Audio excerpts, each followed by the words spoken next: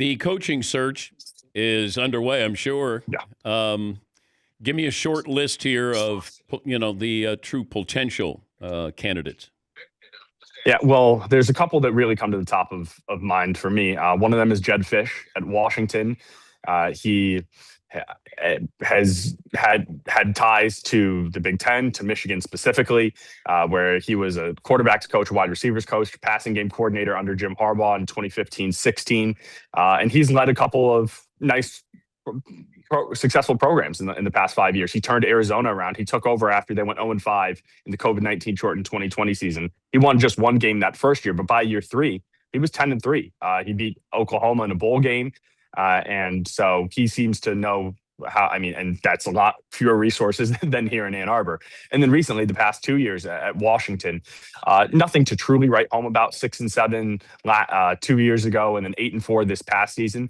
But Kalen DeBoer had left, right, for Alabama, and that roster was completely gutted. So I don't think anybody thought he was going to make a bowl game that first year, and he's done a great job this year as well.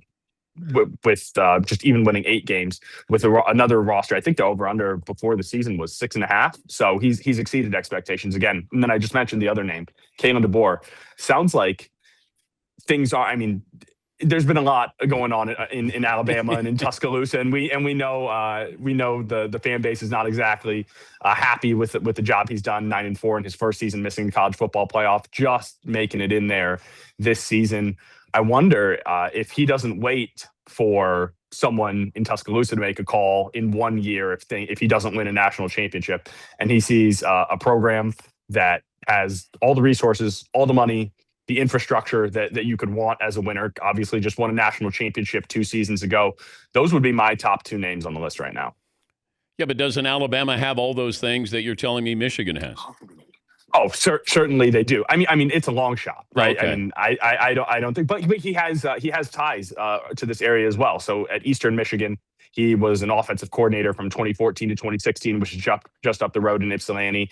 And then he got his start, or really, I'd say he made a name for himself in the Big Ten with Indiana, with Michael Penix, before he then took him to Washington and led them to a national championship loss, ironically, to Michigan. All right, let me throw out a name that probably would not be popular, but he's free right now, and he's got experience, and that would be Brian Kelly.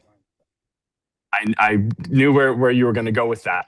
And I tweeted out yesterday, and maybe this is a chance for cold takes exposed or something.